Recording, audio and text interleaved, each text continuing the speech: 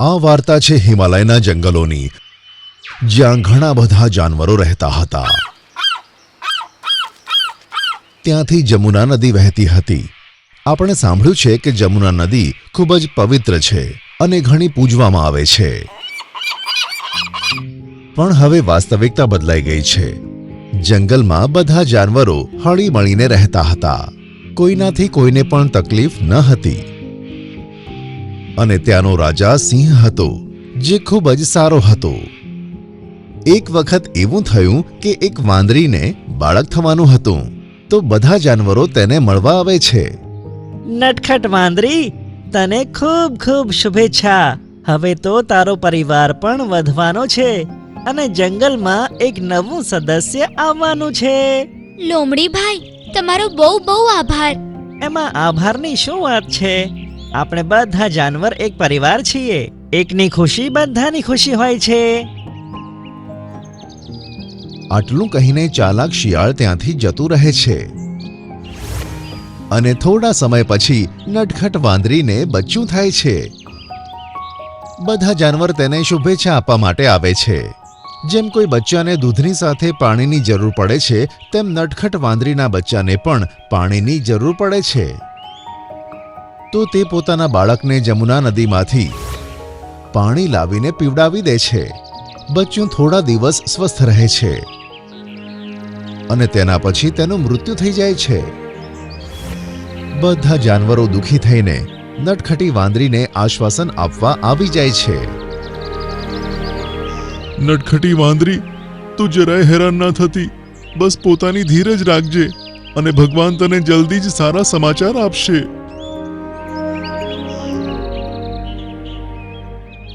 હા નટખટી દીદી, તમે વધારે હેરાન ના થતા. તમે દુઃખી થાવ એ અમને નથી ગમતું. અમને ખબર છે તમે લાલુથી કેટલું પ્રેમ કરતા હતા. અને આ રીતે બધા જાનવર તેને આશ્વાસન આપીને જતા રહે છે.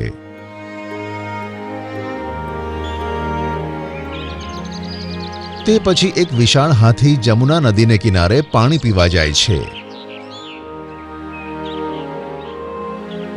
તે પણ બિચારો થોડા સમય પછી મરી જાય છે. હાથીના મૃત્યુની સમાચાર સાંભળતા જ બધા જાનવરો આશ્ચર્ય પામે છે.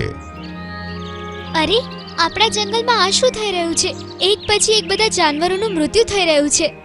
ભાઈઓ, લાગે છે કોઈની ખરાબ નજર આપણા જંગલ પર પડી ગઈ છે. એ મોટી બિલ્લી, આ જંગલમાં તારાથી વધારે ખરાબ નજરવાળું કોઈ નથી. ઓય ચાલાક લોમડી, પોતાને તો ખબર નથી કૂતરો છે કે ગધેડો. આયો મોટો મને કહેવા વાળો. હવે તું વધારે બોલે છે. હા, ચૂપ કરો તમે બંને. ન સમય જુઓ છો અને બીજું કંઈ, બસ લડતા રહો છો.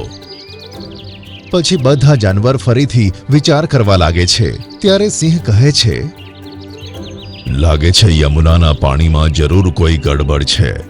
પહેલા નટખટી વાંદરીનું બચ્ચું અને હવે વિશાળ હાથી, જે શક્તિશાળી અને બળવાન હતો, તેની પણ મૃત્યુ થઈ ગઈ.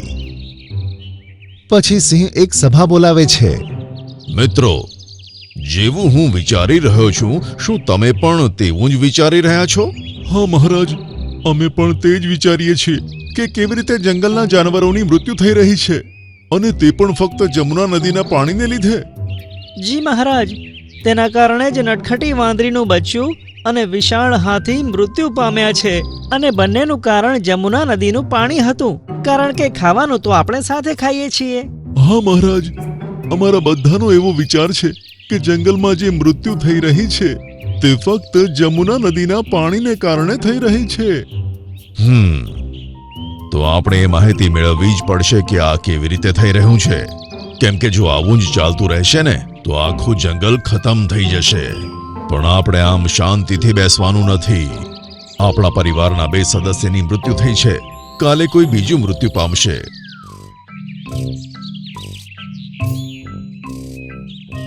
પછી બધા જાનવર તેની શોધખોળ કરવામાં લાગી જાય છે. ત્યાં જ તેમને માણસો દેખાય છે.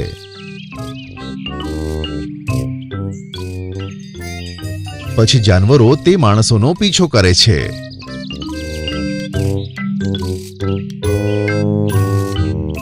અને વાસ્તવિકતા જોઈને તે જંગલના રાજાની પાસે પહોંચે છે.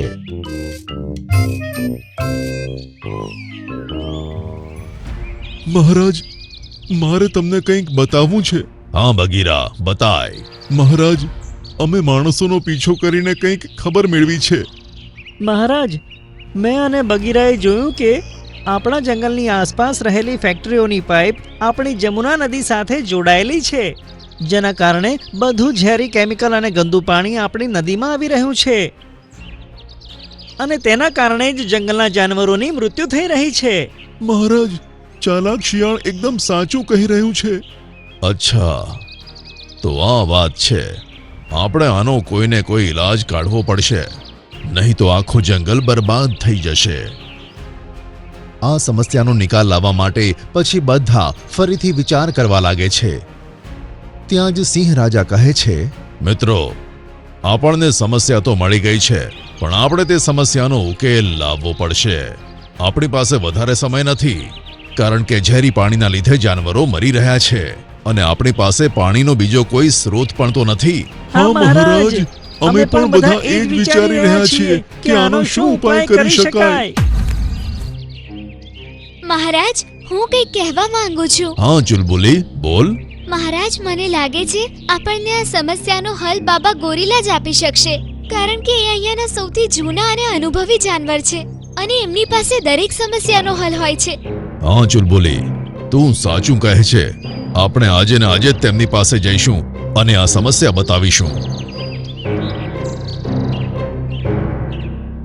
પછી બધા જાનવરો એક સાથે તે ગોરીલા બાબાને મળવા જતા રહે છે.